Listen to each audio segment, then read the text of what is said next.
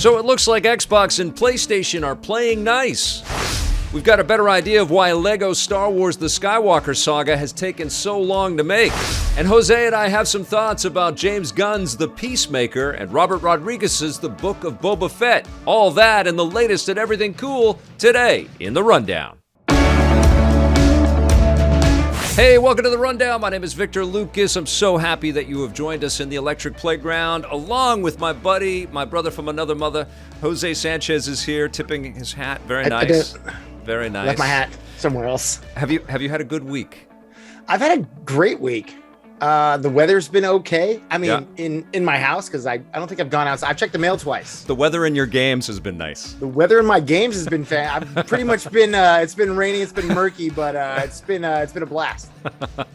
Okay, all right. Well, we've got a ton to get into in the rundown today, but we have to thank our sponsor, of course, and that is the Gaming Stadium. They are Canada's leader in online esports tournament facilitation, and they've got tournaments happening every single weekend, like this one right here. You can find out all about them at tgs.gg.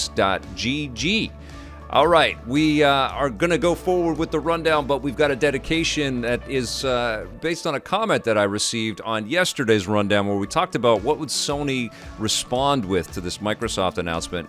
Rick Tone says, great episode. Microsoft is making great moves for their portfolio. I can see them being the default gaming provider and PlayStation for hardcore gamers. The Game Pass model will prove to be the winner in years to come. I mean, that's certainly what Xbox is betting big on, right? $70 billion they kind of slid over on the table in chips. I checked their bank account the other day. It's $72 left.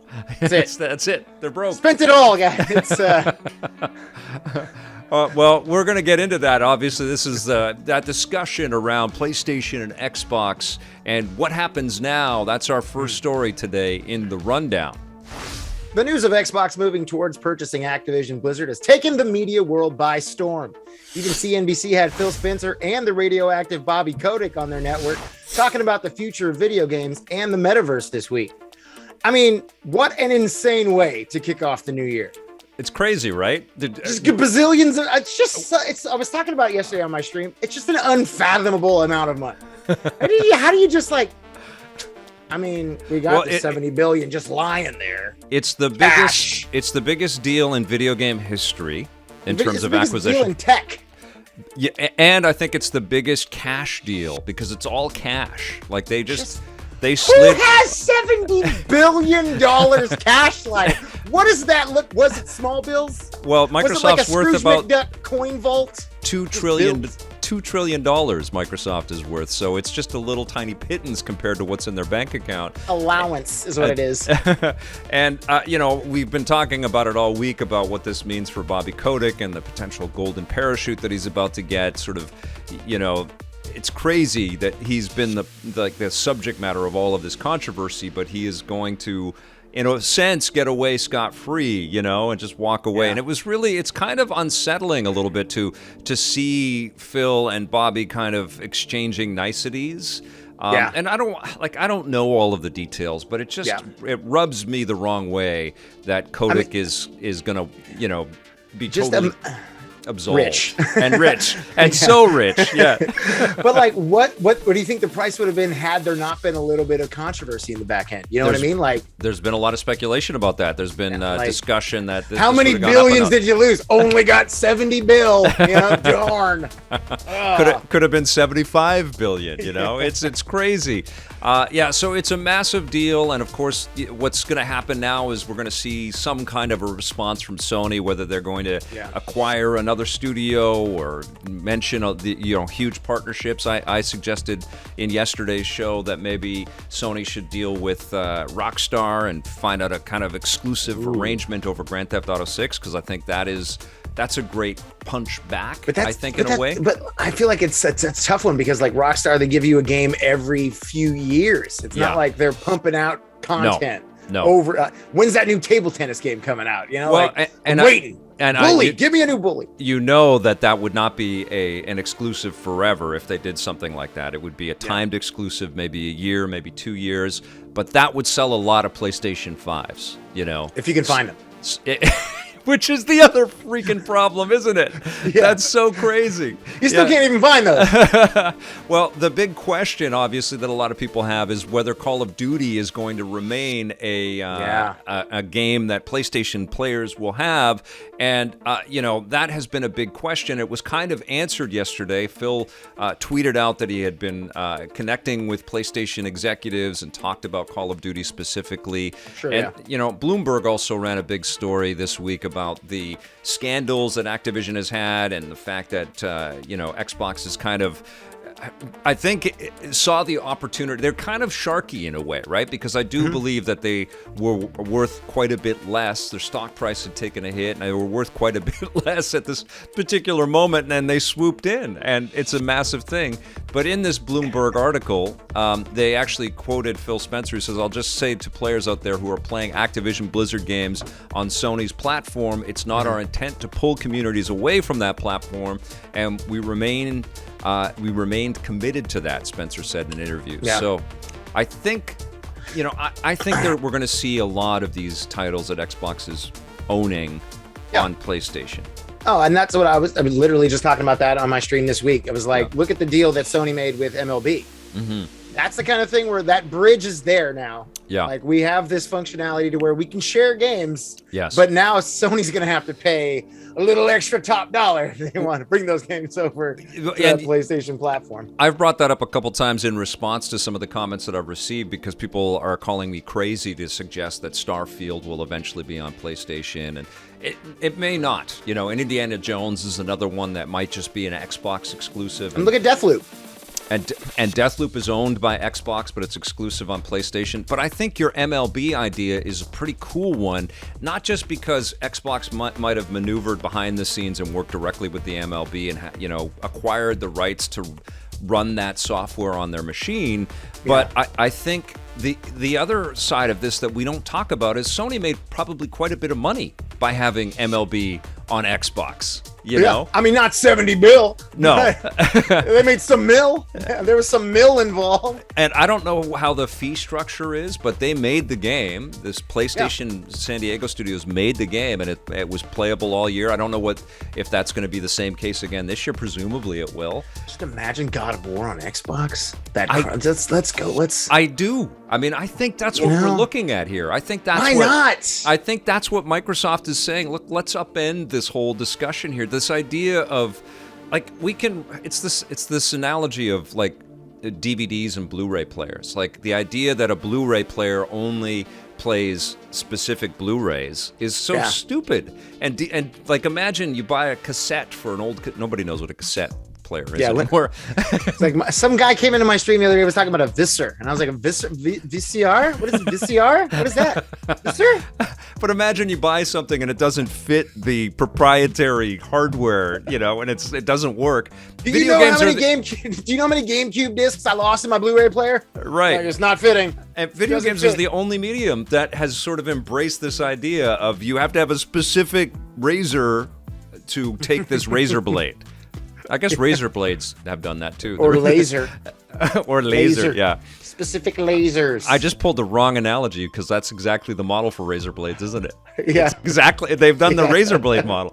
No, but, like, other media doesn't work that way, I guess ebooks a little bit, but it's so prevalent, this concept that there are walled gardens among these companies. And I think that's what Xbox is challenging. And I think they're saying we can, certainly they're buying their way into this. They didn't grow it organically within, which has been commented on a lot, and people have been saying, somebody called them a sterile father, and they've had to adopt everything, which is, that's kind of taking it to the extremes, but it's certainly changing the discourse around video games. I think we're going to see Game Pass on PlayStation. What do you... Yeah, the Project Spartacus. I feel like they're going to need to go through with it. Well, do you think we're going to see the Xbox Game Pass on? I think so. What a service. What a service to PlayStation to be like, listen, guys, you're bringing your games to PC. We got our stuff there. Why don't we just, Yeah, and everybody that tells me that we're never going to see a PlayStation exclusive game on a Microsoft product, Yeah. I just have to say, you can play God of War on your PC with an Xbox controller right now. Windows is owned by Microsoft. Yeah. So that's already happening, you know, and Microsoft is, you know, front and center and a huge partner with Sony in a bunch of different ways behind the scenes, in-game development and cloud services and all that stuff. I think this console war idea is, I think there's a truce. I think it's the done. Console truce. I think it's done. Console truce is happening. It's a console truce, yeah. Well, this will be the year. 2020 truce. Totally. Well, here's the other thing that's happening, and we've talked about Netflix and Disney and these trillion-dollar companies, and that's what Kotick has been sort of hammering on. You know, in his recent interview, he was talking about the fact that they needed to get into the trillion-dollar company sort of space, because that's the amount of resource it's going to take to compete with all of these other players that are getting into the metaverse and thinking about content in a bunch of different ways. And that's really what this is about. It's like taking games and saying we want to reach, you know, an infinite amount of new people that we have never been able to reach before, and the resources required for that. It's basically taking all of the VR resources and all of the AR resources, merging it all with the flat screen resources so that you can jump into some kind of augmented virtual space and still play flat screen games. The whole idea of screens, like right now I have 3 screens around me, but you know, the metaverse concept is screens are irrelevant. You just put on your glasses or your headset. The return of Google Glass. Well, it's something like that, you know. And so the manpower and the resource to be able to make that content and also reach those people in those spaces is going to be enormous. And that is a $1 trillion thing. That's what Apple's all about. Disney's going to be in that space for sure.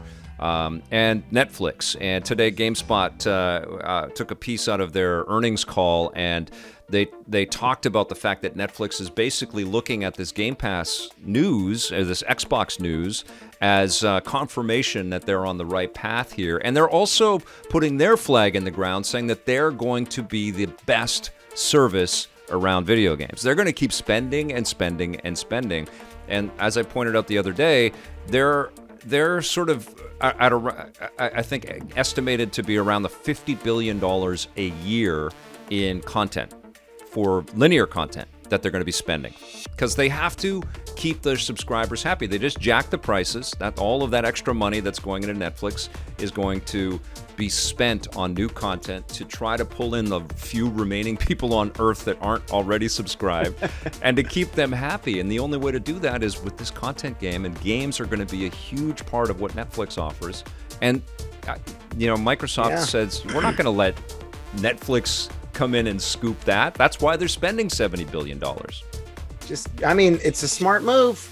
Look at when Disney bought Star Wars for $4 billion. What a steal. Or just $4 billion, and look what's come of it since then. Yes. Which is mind-boggling when you think about the $70 billion just dropped. Yeah. For this biggest deal in tech, which is just it's still insane to me. I could have had me $2 billion. That's what you go for? Bargain. Oh, all right. I'm okay. a bargain. Come on, Microsoft. But you and all of your collection, or just you? My entire collection. Okay. Well, get all my toys. That is a bargain. Okay. Well, we don't have the answer to what is going to happen here. 42. 42 is the answer, but it is super fun to speculate about what's going to happen. But my prediction, and I might be totally off base here, is Microsoft is going to figure out some kind of way to keep this peace bridge happening, and we're going to see a lot of Microsoft-owned properties on competing platforms, what we deem to be competing platforms with the Switch and PlayStation. World of Minecraft, Vic. That's what I want. Yeah. World of Minecraft. I mean, look at how much partnership is happening with Nintendo and Xbox already. I think that is now going to start taking place with PlayStation. I would not be shocked to see Game Pass on PlayStation. I would not be shocked to see Starfield on PlayStation. I would not be shocked to see Halo Infinite on PlayStation, which I know right now sounds crazy, but let's go down the road here another 5 years or so. This next piece is really about, you know, the investments and the choices that Sony is making. Are they beneficial to making counter moves to what Xbox is doing right now. And specifically, I'm talking about the virtual reality investments. They just had their CES presentation on PlayStation VR2. We know that the name is PlayStation VR2. It's a predictable name. Yeah. But we know that PSVR2 is not a cheap enterprise for a company like Sony. And this is a sizable investment that they have to make. And $70 billion. Well, it's billions of dollars for sure. The R&D, they did a lot of R&D for the first PlayStation VR, which, quite frankly, when it launched, was really freaking cool back in 2016. They've got lots of great software on there. But, one thing that I definitely noticed, because we did a lot of coverage of PSVR over the years, is that it wasn't taking our viewers by storm. People that were in the club and playing PSVR thought it was cool and a lot of fun, but I don't know how much it converted people. I don't know how many people were racing to the store to go and pick one up. And so now we're in the situation where they're going to launch something brand new with all kinds of great new technology, and they're presumably billions more dollars had been spent. And so my question to you today, Foobs, is do you think, based on, they've got the R&D and they've got the research on acquisition of headsets in the prior generation, and they're sort of seeing down the road of how VR is expanding into the world. But do you think, just from your own vantage point, that this was money well spent, particularly in light of what Xbox just threw down?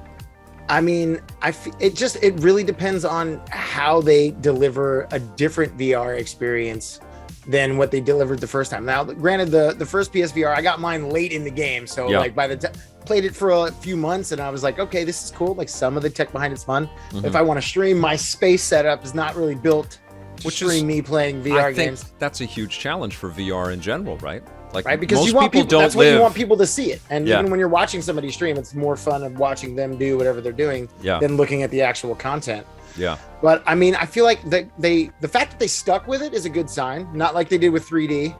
That catastrophe. And they're like, guys, 3D, we're pushing everything's gonna have 3D in it. Right. Coming out with a TV, the PlayStation TV's got 3D built in. And I was just like, we're not gonna talk about 3D anymore. 3D's over. 3D's done. Nobody likes 3D.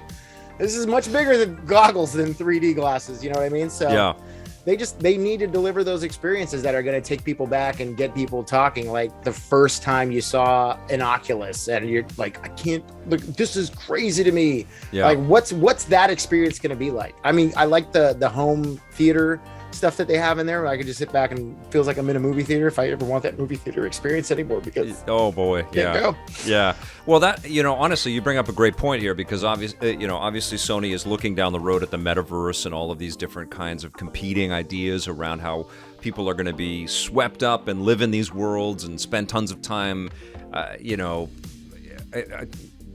adapting to this content and enjoying this content, consuming this content, making this content.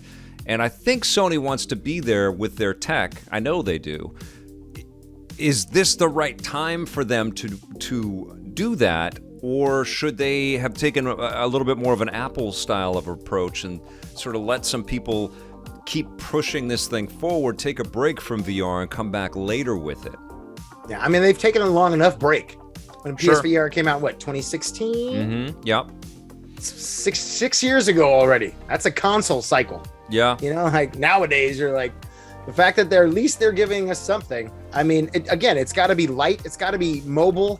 It has to be very Oculus 2-y. I got to be able to move it. And if I could stream in this space, where in this chair in VR, and have the full, I don't need to stand up and go crazy, but I can still have a good VR experience, that would be awesome. Yeah. But having all the wires and stuff connected to me, it's very cumbersome. I need more outlets. I don't have enough outlets. Too many screens. Okay, I got too many things going on. Yes, and VR and AR kind of wants to remove a lot of that baggage and stuff, and that's definitely what Facebook's move has been all about. Like they've really kind of moved away from tethered VR, and they're moving into tetherless VR. And the discussion around what PlayStation is going to do is really centered around using the horsepower of the PlayStation 5 and all of the great new technology in PSVR 2. But now that was an early January story.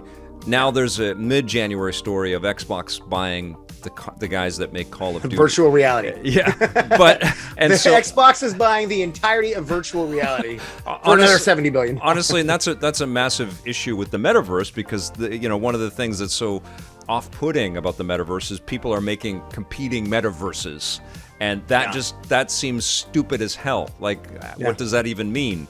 How can people? I need Ready Player One, guys. I need Ready Player One, and I need it now. Yeah, it's either we're all in the same thing, or it's all stupid. And so, I don't know what's going to happen with all this. Somebody that has kind of come up that's going to surprise you a little bit, that's had some things to say about virtual reality, is Ken Kutaragi, the guy that invented the PlayStation. He actually has come out, and there's a story in Bloomberg right now, which you should check out.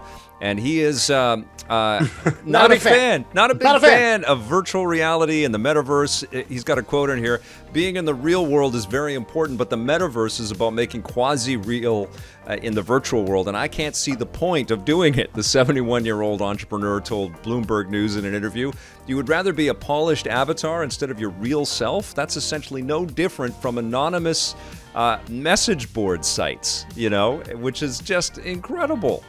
I mean, when you think about that, that's what video games are. Yeah. You want to play as Nathan Drake?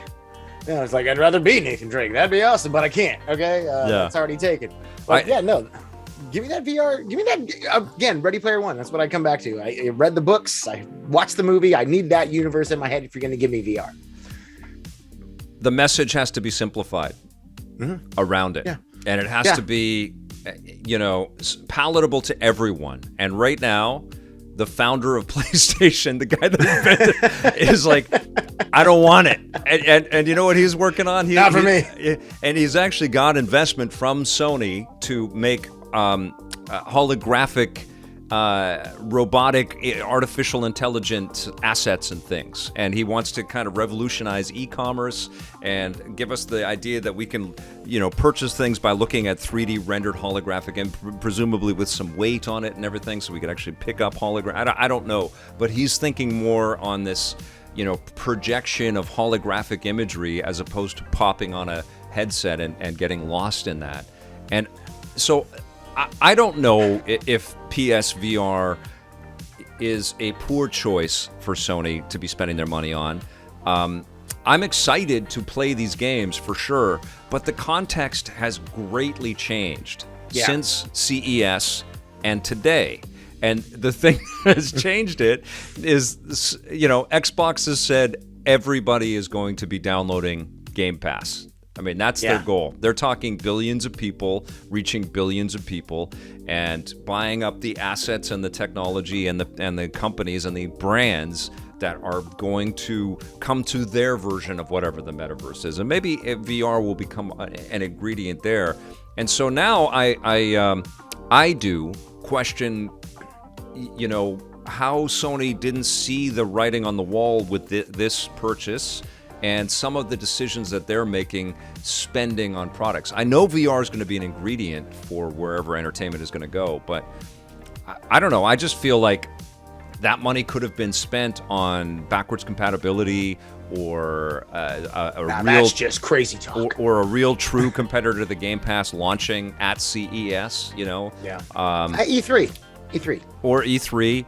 Yeah, I mean, like, I want to put on a PlayStation VR2 headset, be able to design set up a room. Like, everybody gets a room, it's your home, your hub, whatever. Yeah. I want to go in there and be like, okay, I want to set this up.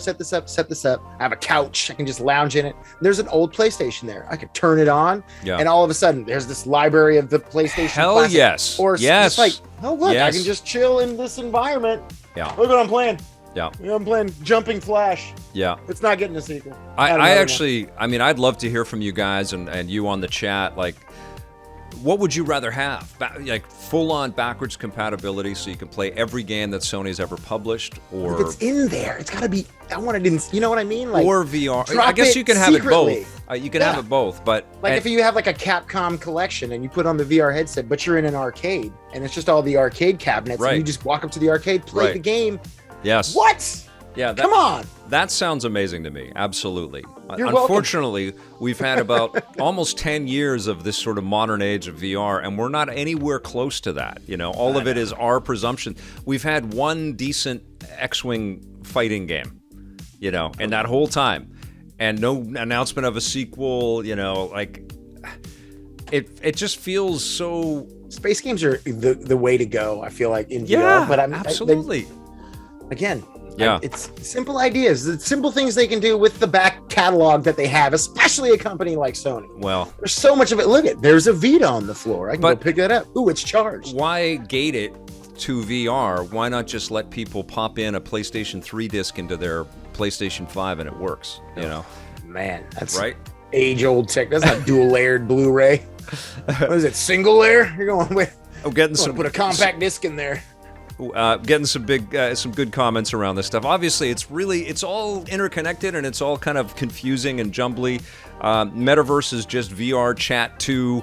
Heartshot Dave says, I definitely want to read more of the comments, and I'll come back with some further thoughts on all this stuff. But it's a big topic. I guess what I'm asking you and I'm asking the viewers is, should Sony be spending on things like VR technology and paying for games where they're still defining the marketplace for it and asking consumers to purchase more hardware for hardware that they're already having trouble finding and it's tethered to that hardware? Or should there have been some other decisions to find ways to get their awesome library and their awesome games to more people? I feel like on the Sony back end of things, it's got to be just a couple clicks. They can make some clicks and unveil the library in all its availability. Like, hey, thanks for having, PlayStation Plus since the dawn of it. Yeah. Here's 20. Like, they gave us all those beautiful PS4 games playable on your PS5. For those who did get a PS5, why not give me the best of PS3, best of PS2? Great. Give me those greatest hits. I mean, this is the greatest thing. Hits. We're in on this, we're the converted. We're the How many billions do I need? Well, we're talking about stuff where we preach this gospel all the time. We love this industry, and we're conflating backwards compatibility and virtual reality in the same discussion. We're not we're not breathing in the farts and thinking that VR is the hottest thing and it's the only thing that's going to progress this business forward. Yeah. And I feel like that's crazy for Sony. It's like Sony should have said, they should have read the room. When Microsoft is spending money to get their back catalog on their machine, why the hell hasn't Sony done that? It's an important feature, and it's crazy to put these two together in the same piece, but it's kind of like this weird situation that Sony's kind of got us in, right? Like we're having to cherry pick the features that we want this company to provide to people. But maybe it's strategic because they know people still can't get the damn console. Maybe they're just like, we don't want to rub it in for all those still waiting. Yeah. But when you do get your hands on one, hopefully in the future, we're going to have a new set of VR. We're going to have a new set of our own Game Pass. Yeah. I mean, I don't know what they're thinking. Everybody who's in games kind of expects something like. Well, and honestly, as soon as we get this announcement, we got people talking about xCloud and backwards compatibility. Like Microsoft has been saying, what are the things that gamers want to have access to? And let's build our technology to that. And Sony's been saying, we think we have something super prestigious and this is our vision and we're going to deliver it this way, as opposed to looking at the established community and saying, okay, well, let's fill in all of the quadrants. And it's not so much of like copying or replicating. And God, I love Sony. I love their games. I've been a PlayStation fan forever. But yeah, it's a little bit crazy, a little bit frustrating, but also this applies to Nintendo as well. Like we're going to be seeing some huge response across the industry around subscription and access and stuff like that. Nintendo's got to play that same game as well. But at least they're giving us NES, Super Nintendo, Genesis, N64. They're like, we'll sprinkle a little bit of that in there. They got the message. True that. And the other thing that they've been saying is that they need to improve because we've all been complaining, and they're hearing that, and they will improve. And if there's one thing that Nintendo will, I think, eventually excel at is getting us access to their past, selling us their old games. They're very good at doing that, and they're going to do it again, and make new versions of their old games as well. But yeah, I think this Xbox and Game Pass acquisitional thing it's so massive, and it's really changed the entire landscape. It's crazy. The greatest deal ever in technology. Yeah. Like, no one else has ever really been around for a $70 billion. They could have bought like the Lakers. Yeah. Or like an entire sports team and arena. I'm sure there are island countries that Microsoft could have purchased for $70 billion. Could have helped out a lot of people in need with that $70 billion. But instead, man. They want Tony Hawk Pro Skater. That's fine.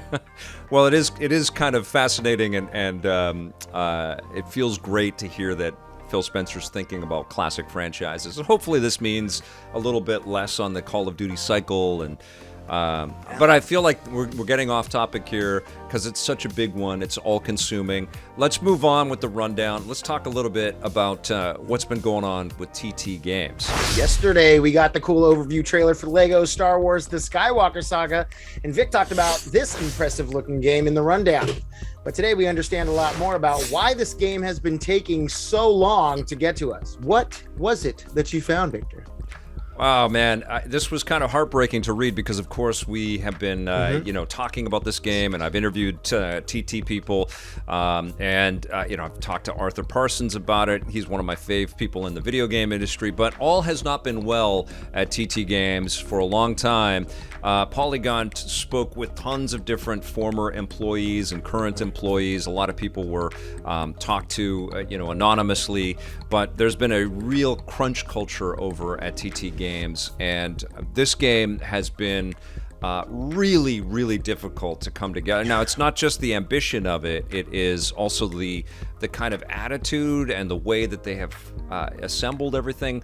Apparently they used, instead of going with Unreal, an off-the-shelf technology that seems to be getting cheaper and cheaper for a lot of developers to utilize, they developed their own proprietary new technology, building up on some of the engine tech that they had on their previous TT games. It's called the NTT engine, and they tried to do all of the work there, but it was an incredibly arduous task. They were basically building the game on something that they were on a Lego plate. Yeah, they were still building the Lego platform to build this Lego game on. And so we got some pretty interesting quotes out of this story. The mood at the Knutsford studio, which I've been to, and I had a great visit there back in the day, was always rock bottom, says a former employee. People were worn out, worked down, mentally and physically ill because of the pressure. And TT always said, we're going to change, but we all knew it was never going to happen. It was always a case of just one more game, and then we do it differently. And that's just heartbreaking to read. Because these are family-friendly games, that are accessible to everybody. And honestly, the game looks stunning, man. Did you watch the trailer and check out how cool this thing looks? I mean, I feel like the teams that have been working on the Lego games always find a much more interesting way to make a Lego game look absolutely incredible and better than the one before it. Yeah. And it's just one of those. I wish they put like, how when you buy a Lego set, it tells you how many pieces are in tell me how many pieces. How many Lego pieces are in this game? A gazillion. Yeah, they tried a little bit of that with Lego Dimensions, which was totally ahead of its time. Super cool, where you could build some of the stuff. But yeah, it would be cool if you could actually build the sets of the things that they had within the game. That would be really rad. Yeah, send you instructions at the same time. Well, there was another quote in the story, too, where it says, sources tell Polygon that employees inside the studio have been pushing hard for TT to switch to the Unreal Engine with a small group, even creating a Lego Star Wars test in the software. This was well received internally by those who saw it, according to both current and former staff, but management decided to continue developing the project on NTT in an attempt to avoid paying engine licensing costs, which is insane. Lego games often ship on a large number of platforms, and each of those adds to the expense. This was despite warnings about some of the problems that NTT might cause. Now, they spoke to some of the great reporting from Polygon, by the way, because they did reach out to John Burton, who was the founder of TT Games, who left running the business back in 2013, and they chatted with other executives. And I just mentioned in the rundown yesterday that John Burton and some of his colleagues, colleagues from TT Games, have started 1010 Studios, including Arthur Parsons. He's over there. TT Studios, that's what they call it. Well, TT Studio. Yeah. But clearly change has to come, and it's hard to read stuff like this, but I think what happens out of it is the discussions start, and some of these long-awaited changes do start to happen. There's more in the story that you should read, but they did a bunch of reporting on the fact that Warner Brothers was asking employees across its whole business, like all of the movie studios and TV, everything, about how satisfying they were to work in their different studios, how satisfied people were. And the TT Games group was the lowest scoring out of it. So the people were absolutely miserable. And it's shocking to read that, because you don't want people that make family-friendly games to hate their job, Yeah. You don't want them to feel so pressured and so punished in the work that they're doing. All I can hope is that the people that are there, and there's like 400 people or more, I think, working across those studios, they use this as ammunition to make real change. Yeah. And it becomes a good place for the better. Change for the better, man. Yeah, I hope so. I mean, that's what we're hoping with Activision and Blizzard as well, right? Through this acquisition, right. Is Microsoft 2020 truce. That's right. What I'm calling it. Yeah. Still, I mean, this game does look incredible. I think the idea within the team was to build something that was going to be incredibly groundbreaking and score highest on Metacritic out of all of the games that they've made, and make the long-term fans of Lego Star Wars games happy, but also I think appeal to a wider group out there. Because a lot of those people, what are we talking about? 15 years the Lego Star Wars games have been coming out. Oh, for a long time. Well, a lot of those people that started back in the day when they were kids, they're in the working force. They are having kids, so I think that's the idea here, is to kind of grow it all up. We've come a long way. We have. Are you psyched for this one? I mean, I will play it. It's been a while since I've sat down and at one point I was like, oh my god, indie, pirates, Star Wars, I need all of them. And then I think the last one I really sat down and played was the Lego City Undercover. That was awesome. Yeah. But as exhausting as it was for us to play these games, and I remember, I mean, we were reviewing all of them. Yeah. Imagine the workload on the other end, because we were getting new ones. You're right, 3-4 times a year sometimes. And then the Lego Dimension. So many different franchises. Yeah, right? Yes. Yeah, and it's and then we're like, okay, we're gonna build a Lego game, but there's gonna be sets that people can interchange their characters and worlds, and we have to create. And I think that's what happened behind the scenes. So my heart goes out to everybody that's been affected by all this. Hard work. Thank you for your hard work. You've been entertaining us. Can't wait to play this one. And apparently what's happened now is that TT is shifting over to Unreal Engine. So maybe it's going to be a little bit easier. Unreal 5. Yeah, for the next Unreal. Not for Star Wars, but for the next one, for wherever they go from Lego there. Matrix. Yeah. So we'll see where everything goes from there. But I am excited to play that, and I'll have a review, and I'll stream some as soon as I get a copy of this thing. What franchise do you want to see in Lego form? I wouldn't mind a Lego Batman of this kind of scale. Oh yeah, I was like, did we have Lego Batman big? Yes, I know. Well, they wiped the slate clean with this, right? It's like they started over, and it's a huge open world. You know what I've wanted for years? Lego 007. Oh yeah, that would be amazing. How cool would that be? That would be incredible. With a Lego V4 GoldenEye interchanged into it. That would be incredible. You could also turn it into a Lego shooter. Just saying. Yeah. Throwing out these ideas, guys. We have billion dollar ideas on this show. I want a Lego James Bond. I'm totally on board with that. So not great news coming out around the development of Lego Star Wars, but we do have great news coming out around Pokemon Legends Arceus. The Japanese press has been able to get their hands on the upcoming Pokemon game, which actually comes out next week, which, it's coming super fast, and people are raving about it. It's obviously a game filled with, a tremendous amount of environment to go off and to explore, and it looks incredibly ambitious. It also looks very different. You and I just talked about this, I think, a week ago. Last week. Yeah, right. And so what's been happening, Video Games Chronicle did a sort of a translation, I guess, of Famitsu and some other journalists out there. But people are saying that this is an experience like no other. It's, it's transfixing. It's beautiful. It's Pokemon Catch of the Wild. That's what I call it. Yeah. Got to catch it all. And it plays very differently. And I think that's the cool thing, is that it's going to exist in the space and, appease a lot of the fans out there, but it's going to feel like a new entree, like a new way to experience Pokemon. So that gets me incredibly excited. Like a delicious fillet. Seasoned perfectly. But it's still a fillet you remember. Who is that? Yeah, that was just me. That was you. Okay, that's that was just awesome. me. I like a delicious fillet. I thought you just started quoting Puss in Boots there for a second. Oh, you got me, Vic. The age-old Antonio Banderas classic Puss in Boots. Maybe Puss in Boots is one of the characters one of the Pokemon that you can catch. Maybe. Could be secret character. Maybe. That's an NA exclusive. All right, we also wanted to talk a little bit about two of the biggest TV shows that have been airing over the last little while. The first one is the Book of Boba Fett. I've caught the first 4 episodes of this show, and it's been a little bit of a roller coaster emotionally for me, because there's a lot of stuff that I like about it, and I gotta tell you, the trailers are pretty damn cool, and there's iconic, awesome moments in this show, but it's not without its problems. What are your thoughts so far, my friend? Well, I'm one of those people that likes to wait until the show is completely over before I start watching it. But for you, I was like, I'll give in. I'll watch the first episode. And then I saw something online that was like Patton Oswalt, like he had like predicted yes. it like 7 years ago. It was like, good call.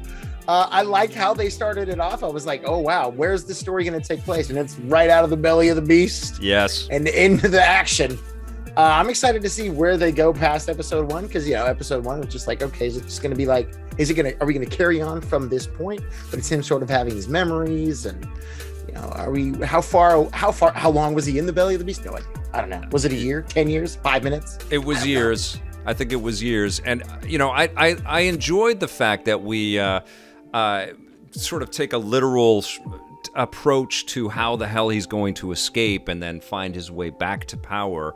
And I also like that he's a changed individual, and he's not exactly the same character that we surmised he would be. I'm fine with that, but it feels like they've made him way more different from the cool guy that we like the competent badass that could deal with anything thrown his way that we always thought he would be. If you spent years in the belly of the beast, Vic, you'd come out a changed man. Yes. Okay?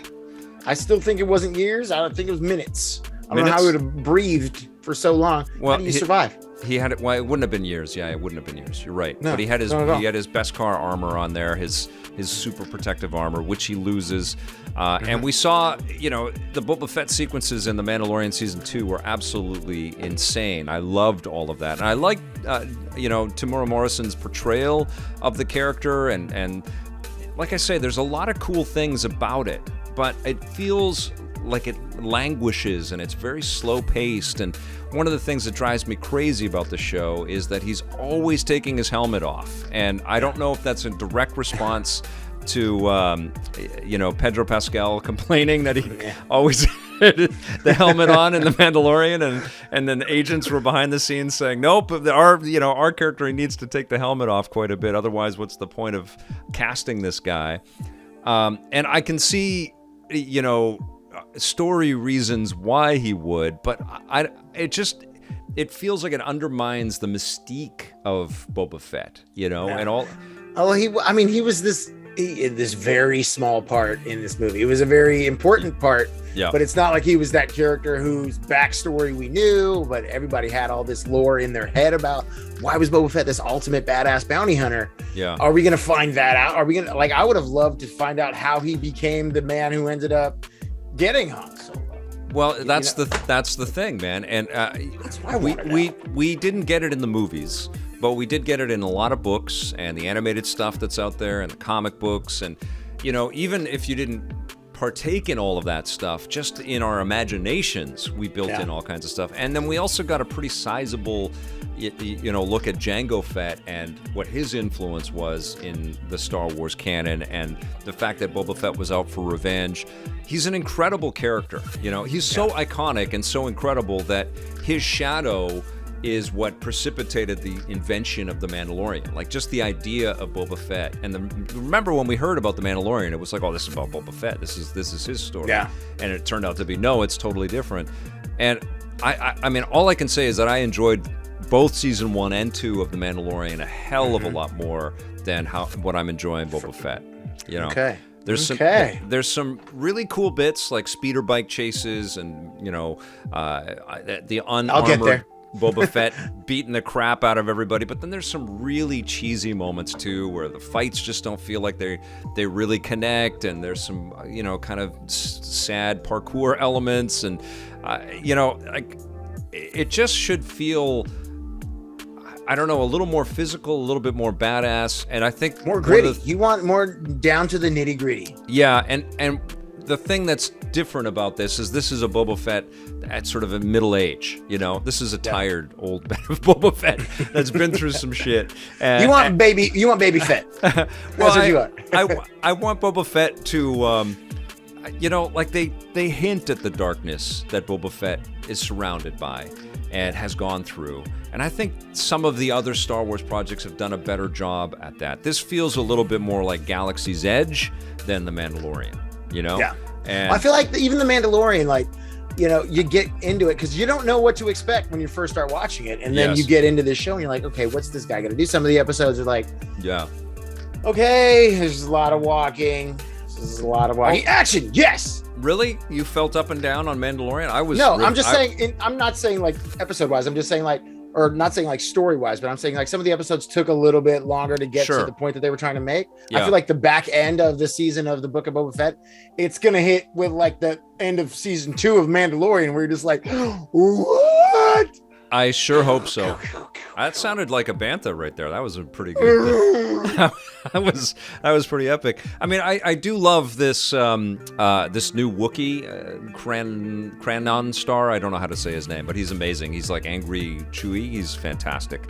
And there's some really cool little bits in there. I did not like the speeder bike gang. I don't know. You've probably seen the memes about that, where everybody's got like colored chrome. They're called the mods, and they basically race around on Vespas, on space Vespas. It's just too on the nose and too literal, and little cheese ball. I'm still watching it every week, but it is a bit deflating, and I think part of the reason why is there's the space Vespas right there. It's just so, it's built on so much anticipation and hype and imagination about where they could go, and it just doesn't deliver that. It's especially when you've seen something like The Mandalorian for 2 seasons. Exactly. But you don't want it too similar, because then it's just like, this is just. Well, I think one of the biggest challenges and one of the biggest problems that they have, and I've seen this in other articles and stuff like that, is that they're stuck on Tatooine. And like, why the hell would he want to? He's a space galaxy bounty hunter guy. He's got relationships all over the Star Wars galaxy, presumably. They work on getting the spaceship, which they have renamed. Slave One is not Slave One anymore. That didn't bother me until he doesn't say Slave One in the script. He calls it the fire spray, or whatever, his fire spray ship, and I was like, this is bullshit. I'm just saying Slave One. What? Honestly. That'll get you canceled, Vic. You can't go around saying Slave One anymore. Well, that's what it was called, and a lot of things were called lots of different things back in the 70s, 80s, Vic. Yes, yeah. I don't know. It's just a little too sanitized. It's not gritty enough. I expected more grittiness. You're saying Boba Fett is too woke. Is what you're saying. I think it's woke not. Fett. No, I'm fine. There's nothing in that bugs me, except for the mods. That's ridiculous. If he was a furry little character in Star Wars, he'd be an Ewok. What I do wish, though, I wish the framing was grittier, that there was a bit more dirt on there. Like the dirt that is applied to things feels way too methodical and when he crawls and pre-planned. out, and he's just like, oh, he's gonna be pissed. Yeah. And then he's just like, no, he's just in a bath. I did like the Tusken Raiders stuff. There were some really cool bits in there, and the speeder bike chases and stuff. Like there is some, and the train sequence. There is some cool stuff. It's not like I'm writing it off, but it should have been a better show. That's why I should have been better. That's why I wait until it's all out, so I don't have to wait that week and be like, that was a bitter taste. I can just skip to that next one. Yeah. Boom, let's go. Does it get better? Boom, let's find out right away. Let's find out. Yeah. Well, I'll keep watching it. I'll come back with a review of the whole season. But so of course far, you are. You're gonna watch it. Of course I am. I've got Boba Fett in a million different varieties around me right now. I've always loved Boba Fett, but I wish I loved the show. I don't love the show. I like a lot about it, but there's things that really bug me. You know what I wish it was? I wish it was more like the anime, the Star Wars anime, which was incredibly mysterious. The anthology anime stuff that they just released, that was incredible. Every one of those that I watched, I was like shocked by its refreshing take and the weird tales and the interesting. It was like the Animatrix, you know? Yeah, it was incredible, and I wish that this was a little bit more risk-taking like that, you know? Give us Boba Fett. We get the iconography, and we get the connection to what we remember from Jabba's palace and Mos Espa and Mos Eisley and all the Mos. Everything that we've seen, the two sons, all of that. Great, okay, but that should have been like one episode, boom, you know. Instead of taking over Mos Espa, why isn't he taking over Tatooine as one planet, and then he's going on to another Give him planet? time, Vic. You're not going to just take over the planet episode 1. All right. Well, let him grind to the top. All right. Well, let's move on because we have another show to talk about, and this is the brand new episodic series that is insane. It's called The Peacemaker. James Gunn has proven time and again that he has the chops to make superheroes and comedy work well together, and he's been taking those lessons to the small screen. We got about 4 episodes are out now, Vic. What do you think of this one? I love that it exists, but I have to be straight up honest with you guys. I thought The Suicide Squad was an incredible movie, and I thought The Peacemaker was absolutely the worst part of that movie. Like, I did not like the character. I thought he was a little bit too, straight up the kind of the same dude all the way through.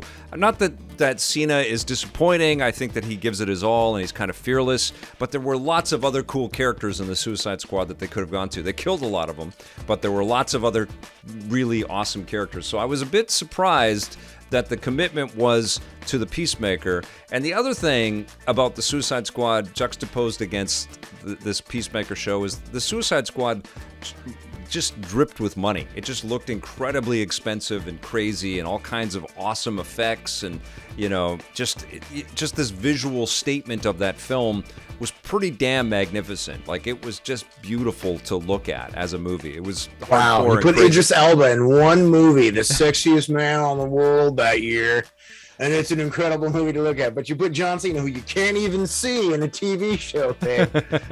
Is that what it is? You can't see him. You just see the costume floating there. No, I see him, and I think that he's doing some fine work, as are the rest of the cast, and some of them are holdovers from the Suicide Squad movie. But it feels like a TV show, you know? It is. That's what it is. I know, but I'm expecting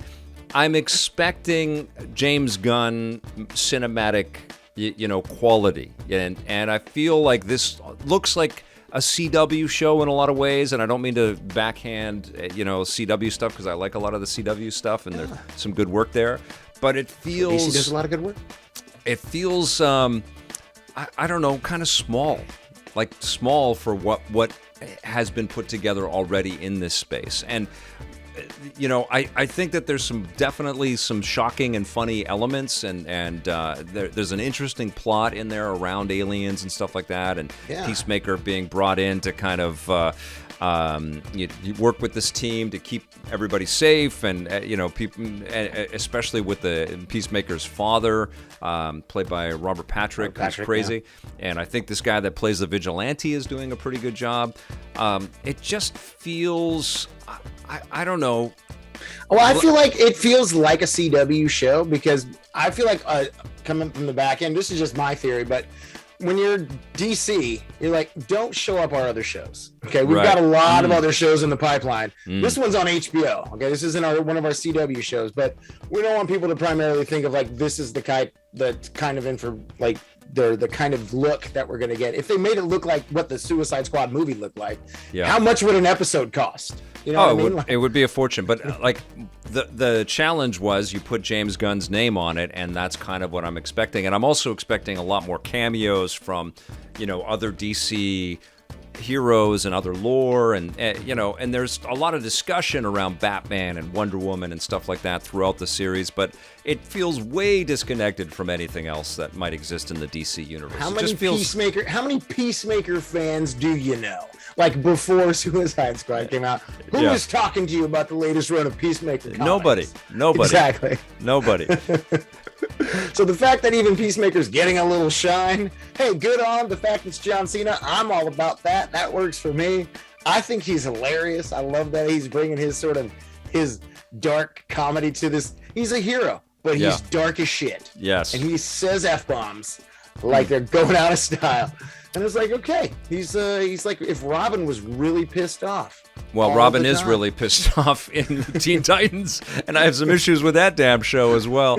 But this one definitely brings in a lot more of the humor that we come to expect. And James Gunn's a master with humor and with superheroes. Like, he's just proven himself time and again. Yeah. And I think that's the challenge, right? Like, I've seen better humor and better combinations of superheroes than in this show, the series established characters or these random throwaway characters that you wouldn't think would get a TV show.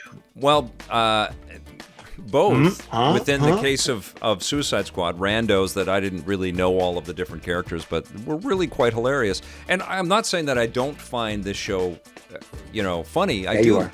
I do. You're saying it. I'm not saying. I'm telling John Cena. I'm definitely not laughing my ass off watching this. I find it funny, and there's some really clever little bits in there, but it definitely feels contained and budgetarily contained. It's another show as well that's shot in Vancouver, and I've just seen Vancouver in so many superhero shows at this point, and I've watched so many of them that it just feels that you haven't showed up in an episode is the most disappointing thing. And I haven't shown up in an episode.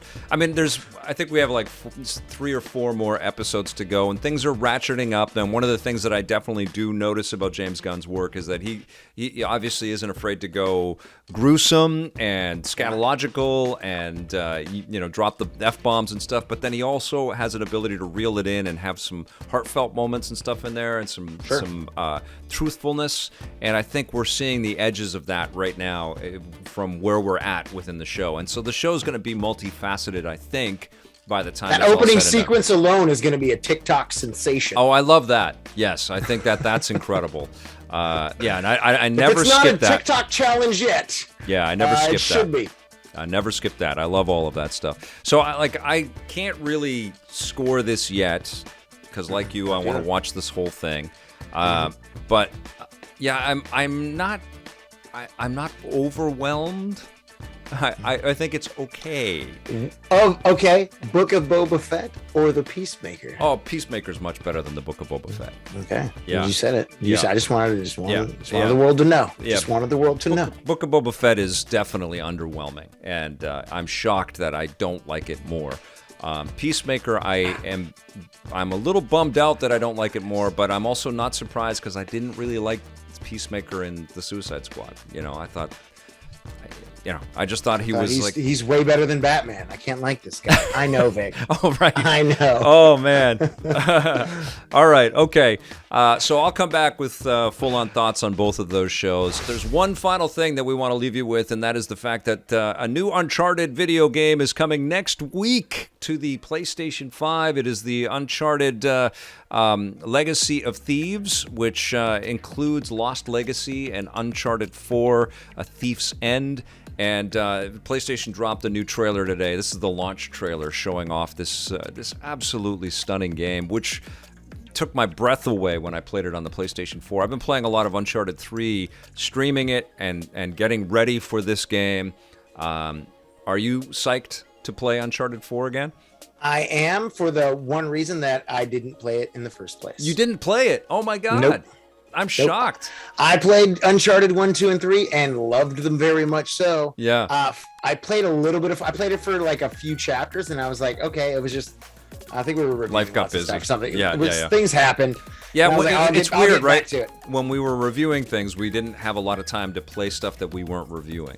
That was just the way it was. Yes, agreed. It was just the way the cookie crumbled. And so now that I get the PS5 Director's Cut, whatever edition, I'm going to be really stoked to play it. Yeah. Can't wait. Yeah, it looks incredible, and obviously there's lots of enhancements to the visuals, but I think a big chunk of it is the control. They could have had him look more like Tom Holland. I think that's coming. You know, a lot of people in the chat. Peter Parker's face, you know. A lot of people in the chat have been talking about that. Is the idea that we would see new games that show us the younger Drake, but he looks like Tom Holland. And I can't wait to see what they surprise us with in the movie, because obviously they have to dig into this lore. Have you seen that video from years ago with it was like Nathan Fillion? Yeah. Yes. Incredible. That is like that is what we should have gotten. Everything about that whole entire just package. First of all, A+ production on that. Yeah, it was for being amazing. Like a fanfic version of Uncharted, but I hope the movie delivers. I'm going in with the lowest of low expectations. Right. That's going to be my Peacemaker for your version of Peacemaker. I go in like I can't see the actor who's playing this character. I don't know what to expect, but I hope it's like, okay, they're doing this thing. The fact that Mark Wahlberg looks like he could be Tom Holland's older brother, doesn't know. Yeah, he totally does. He doesn't feel like Victor Sullivan, does he? Yeah. Yeah. You're too good looking to be some old man, Mark Wahlberg. You're too jacked. You're put on some pounds. The thing that's weird about the casting is that they if you squint, they're the same guy. You know, like they're identical. It's bizarre. But I hope the movie is awesome. I know the games are great. I've played both of them and love the Uncharted franchise. But it'll be great to play them enhanced on the PlayStation 5. And when I get the games, I'll come back and talk about them, and I'll stream some as well. But that's going to do it for the rundown today. Thank you, my friend. Always great to have you in here. I'll be reaching out to you very soon. I'll just be in your basement. All right. Just looking for water. Send help. Well, great to see you and great to see all of you. Thank you for subscribing to Twitch, twitch.tv/EPN, and YouTube, youtube.com/EPNTV. Thank you to all of our supporters out there. Thanks for sharing the vids. We'll see you soon. And until then, play forever.